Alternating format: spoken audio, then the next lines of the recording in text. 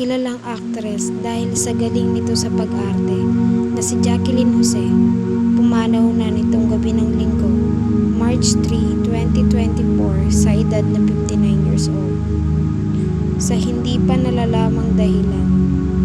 Ayon sa kumakalat na impormasyon, si Jacqueline Jose ay natagpuang wala ng buhay sa sarili nitong bahay sa Loyola Grand Villas sa Quezon City. Sa ngayon ay wala pang inilalabas na impormasyon ang kanyang pamilya tungkol sa biglaan nitong pagpanaw.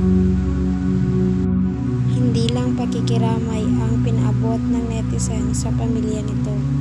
Binalikan din nila ang talento ng premyadong aktres sa mundo ng showbiz.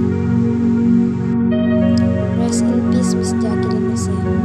One, the best actress I have known since I was teen. Thank you for your acting memories. Rest in peace, Miss Jacqueline Jose.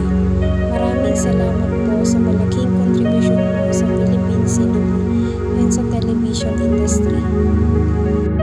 Rest in peace, Jacqueline Jose, a brilliant actress.